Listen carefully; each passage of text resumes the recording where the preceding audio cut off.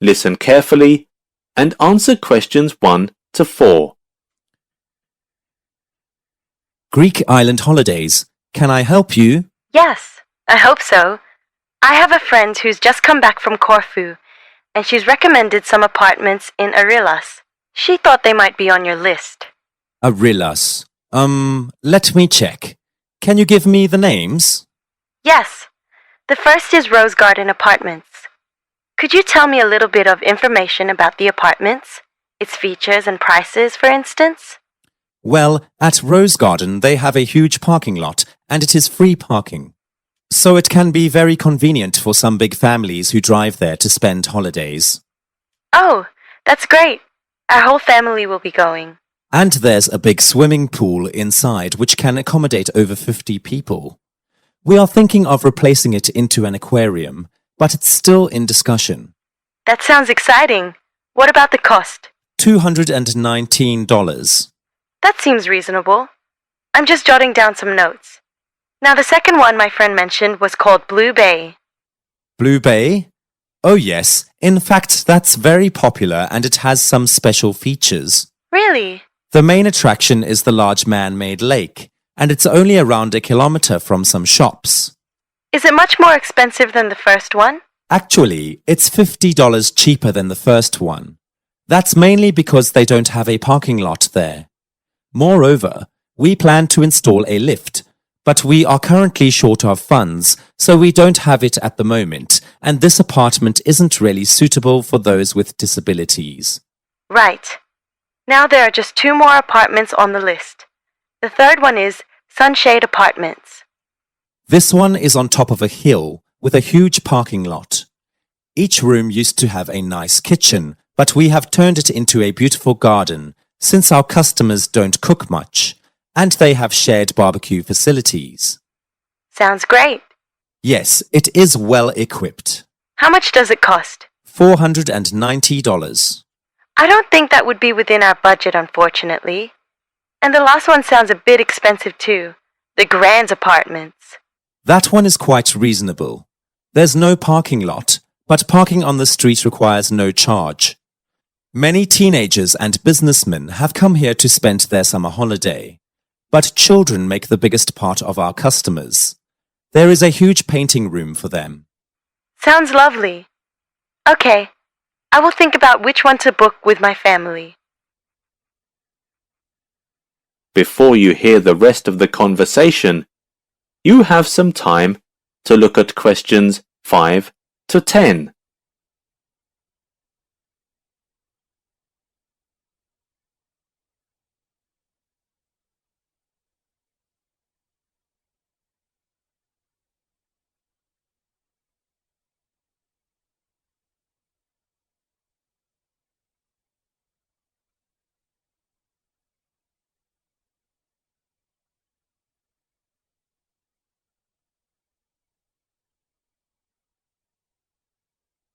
Now listen and answer questions 5 to 10.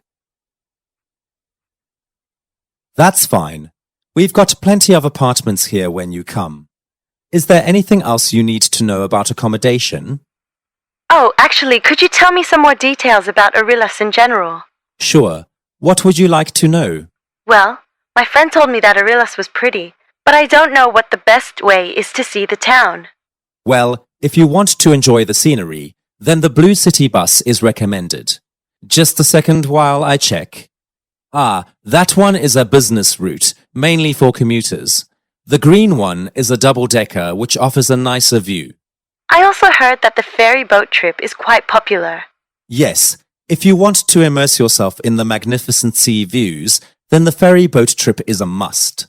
The trip used to last 35 minutes, but we made it a little bit longer to 50 minutes in response to our customers' demands. A 30-minute seafood dinner is included in this trip. Okay, and one more question. I like riding bikes. Can I rent a bike and cycle around the town? Of course. There is a mall on Main Street and Arillas Bike Hire is located behind it. Okay, I have made a note of that. Furthermore, I'd like to suggest 3 famous museums, from which you can learn native history and culture. That sounds fun. Okay, the first one has an exhibition of the interior design as well as some famous paintings and sculptures. Some of the paintings are donated by some well-known scientists. That's great. Yeah, the second one is about something that is familiar to us, but actually most people don't know much about it, which is fizzy drinks or soda. The visitors will be shown the history of some famous products in this industry and how they are produced. It's interesting to know that some products have been taken to the space before. Wow. I would like to go there. Yes, you should. And the last one is about some special phenomena outside the planet where we live. Some experts are there to unveil the mystery if the visitors have any questions. Various machines and equipment are displayed inside. You can't miss it. Are there any more questions for now? No, that is all. I hope you have a happy journey. Thank you. That is the end of section 1. You now have half a minute to check your answers.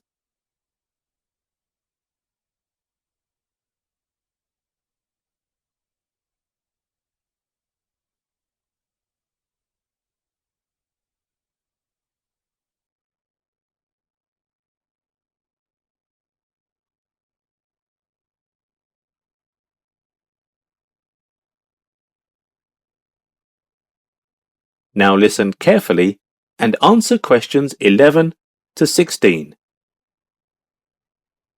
Hello all, welcome to Aspen Ski Resort near Cumbria. It is one of my favourite vacation spots. I first discovered this fantastic resort when it was recommended to me by a journalist who was interviewing me. I then contacted my travel agent for further information about the resort, and from the first time I visited the place, it was love at first sight. Now, when I don't have acting jobs to do, I would come here and relax. My parents were both geographers, and their profession afforded my siblings and I the opportunity to travel with them all over the world when we were growing up, visiting some of the places I had seen in the television documentaries I had watched. Their passion kept affecting me, and eventually I realized that traveling has been something I love for a long time. A bit of background on the Aspen Ski Resort. The area of Cumbria was first known as a vacation spot in the 1920s. However, that was only as a summer vacation spot. The area became home to a summer resort in the 1930s. In the 1960s, with the increasing popularity of downhill skiing, the first British ski resort appeared. The Aspen Ski Resort was established soon after in 1968, and the Cumbria area became a popular destination for winter skiing vacations. Although snow skiing is the most popular winter activity at the resort, there are also some other popular activities. In the spring, summer and fall seasons, playing golf is easily the favourite activity of most of the resort's guests. There are 5 top-ranked courses within a short driving distance of the resort, and the resort offers many packages for visitors during the warmer months. Also, throughout the year, many of the resort's guests like to visit the Great Waters Brewing Company. But it is under reconstruction at the moment. Also, many of our visitors take advantage of skydiving activities offered by a skydiving school, but the school is located in another town, which is about a 2-hour drive from here. Some people ask what activities are recommended in the nearby Edinburgh region. Many visitors to that popular destination often also visit either the hot springs near the city of Marlborough or the local market in the city of Jamestown. The hot springs are geothermally heated groundwaters that rise from the crust of the earth and are enjoyed by folks of all ages. However, the price of having a hot spa there is quite high this season. The Edinburgh Nature Museum is a great alternative. you will see details of the animals which are native to the area. Most visitors in the past gave really positive feedback about the museum. The market in Jamestown region has a nice selection of fruits and vegetables which are grown on farms in the area, and also a selection of fresh seafood. The market is not open this week. Please note that the Aspen Resort sponsors monthly education and entertainment programs which are open to the public. Previous programs have featured mountain walking in Europe and wildlife around the world. The upcoming entertainment program, which will take place at 7 p.m. May the 18th in the resort's conference centre, will be about the landscape of the United Kingdom. These events are free to those attending, but seats are available on a first-come, first-served basis.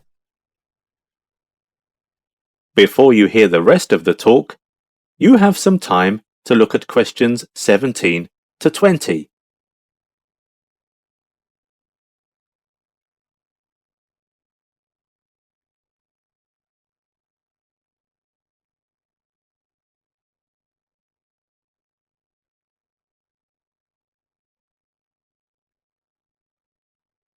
Now listen and answer questions 17 to 20.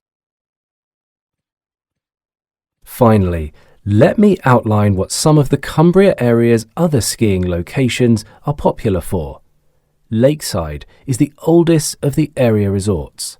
Its popularity barely decreases over the years, and it was recently renovated. A newly built ski school there has attracted some attention, and it will be open to the public within a couple of months. Petersburg is well known as a training site for skiing teams. It's the home training base for Olympic champion Billy Randolph.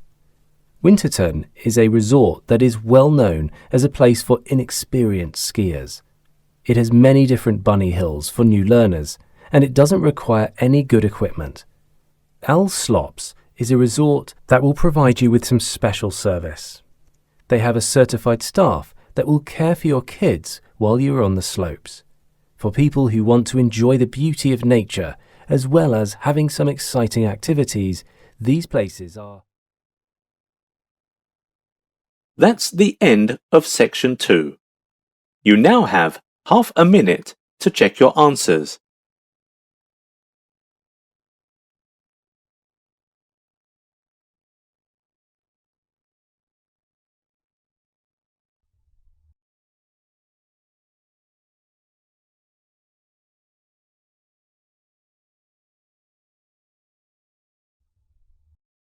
Now, listen carefully and answer questions 21 to 24.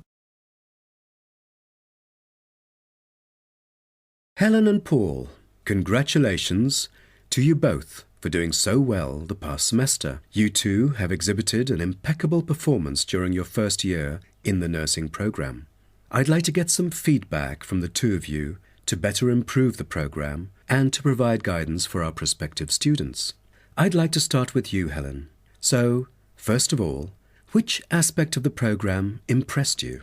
Well, to be honest, when I was enrolled into the course, I was expecting a group of classmates my age. But as I stepped into the classroom for the first time, I was surprised by the diversity. Most were in their 20s, but there were also those in their 30s or even 40s.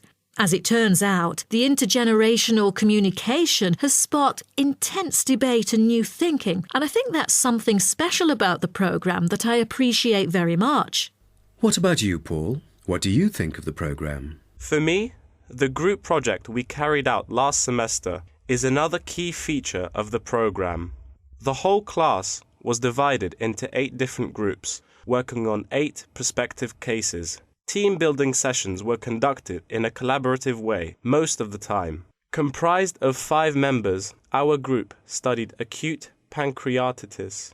During the process, we broke the task into different parts and assigned them to each member. We were then able to tackle the complex problem by pooling our knowledge and skills. More importantly, stronger links were established between the group members. Because of the project, we've all become good friends. That's true.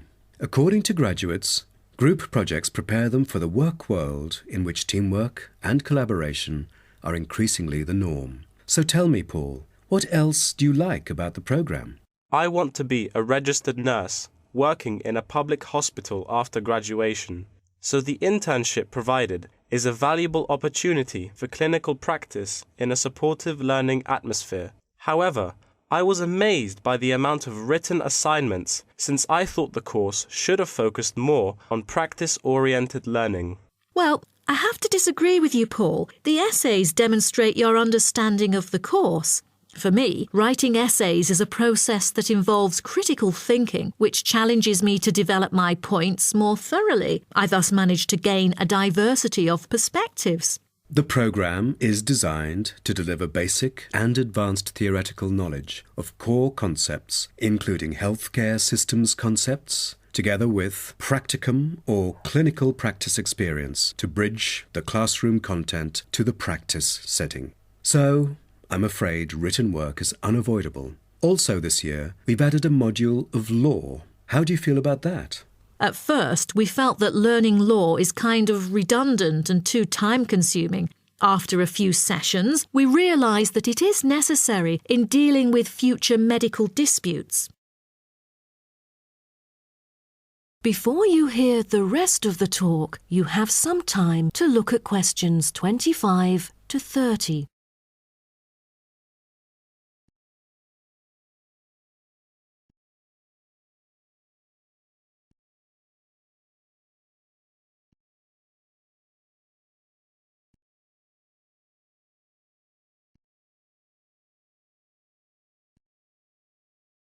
Now, listen and answer questions 25 to 30. Do you have any suggestions for prospective students? What bothers me most is handing in essays on time. I almost missed the deadline once because there were 3 essays due within the same week, so rationalizing your time is critical. Well, that's true. The lectures deliver so much useful information. I have poor memory, so I kept making notes and revisiting them on a regular basis. To my surprise, at the end of the semester, I have learnt the key concepts by heart. How was the research? I heard that it was quite challenging. How did you manage to overcome the difficulties? That's true. The majority of us had no clue how to carry out the research at first. Fortunately, when I was digging up reference materials at the library, I sought help from the librarian. She taught me about finding the appropriate resources and choosing the proper research methods. Have you checked out the online forum? Yes, it has become a habit for me to visit the forum regularly. In a sense, it extends classroom learning.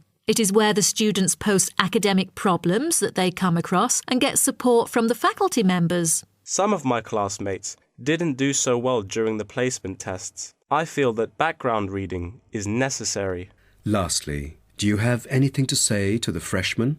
I was really ambitious at first, trying to get straight A's on my transcript. I made tons of notes and worked hard even on the optional assignments to get extra credit. I stressed myself out before having an emotional breakdown.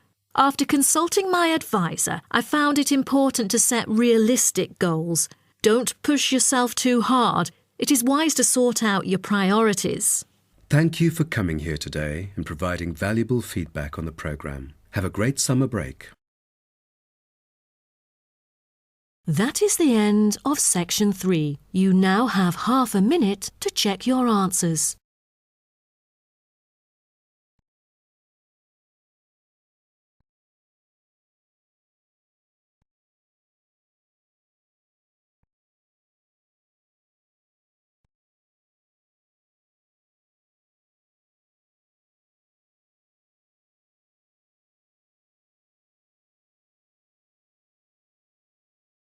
Now listen carefully and answer questions 31 to 40. Good afternoon, thanks for coming to today's lecture. In the last few decades, the environmental impact of food production and consumption has become one of the greatest concerns.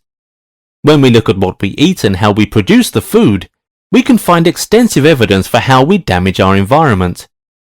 Greenhouse gas emissions may come from livestock such as cows, agricultural soils and rice production. According to statistics, the carbon dioxide emissions from the production of the food people consume every day are almost the same as the emissions we make when we are driving. Let's look at some more specific examples. The cultivation and processing of 100 grams of coffee beans are responsible for 140 grams of carbon dioxide. Now, some international organizations are training farmers in many countries to use sustainable agricultural methods as a way of reducing their carbon dioxide emissions.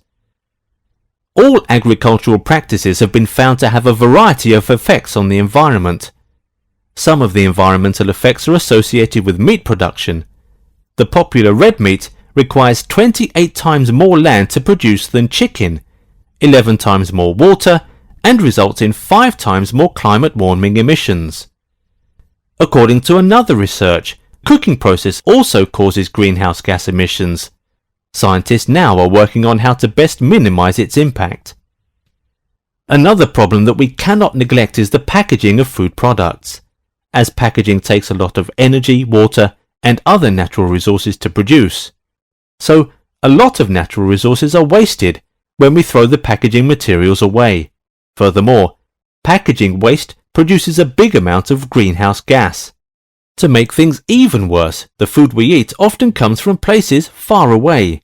Therefore, the transportation of our food across long distances contributes to air and water pollution. In recent decades, with the growing number of population, more food is in demand, so more land has been used to produce food. Hundreds and even thousands of forests have been cut down. It had a devastating effect on the climate because forests can absorb greenhouse gases.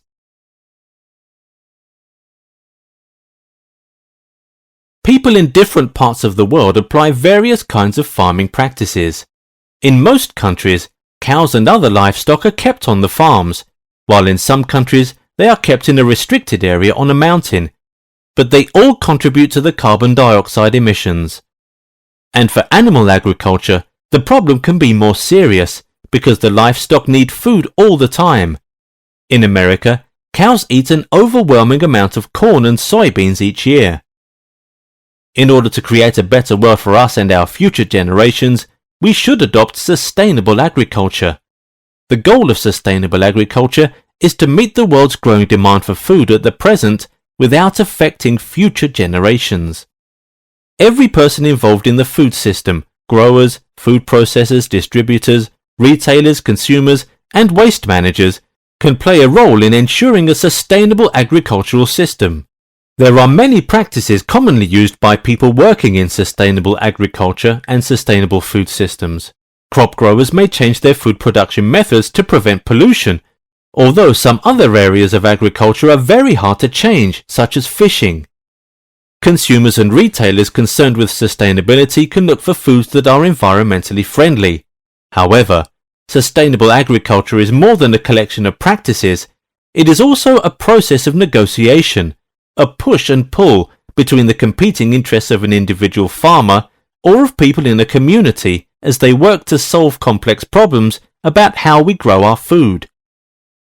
In conclusion, I want to emphasize that we may not be able to go back to the old times and live a simpler lifestyle, but we can take an active role in preventing more environmental problems caused by carbon dioxide emissions.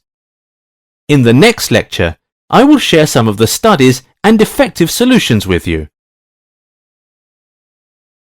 That is the end of section 4. You now have half a minute to check your answers.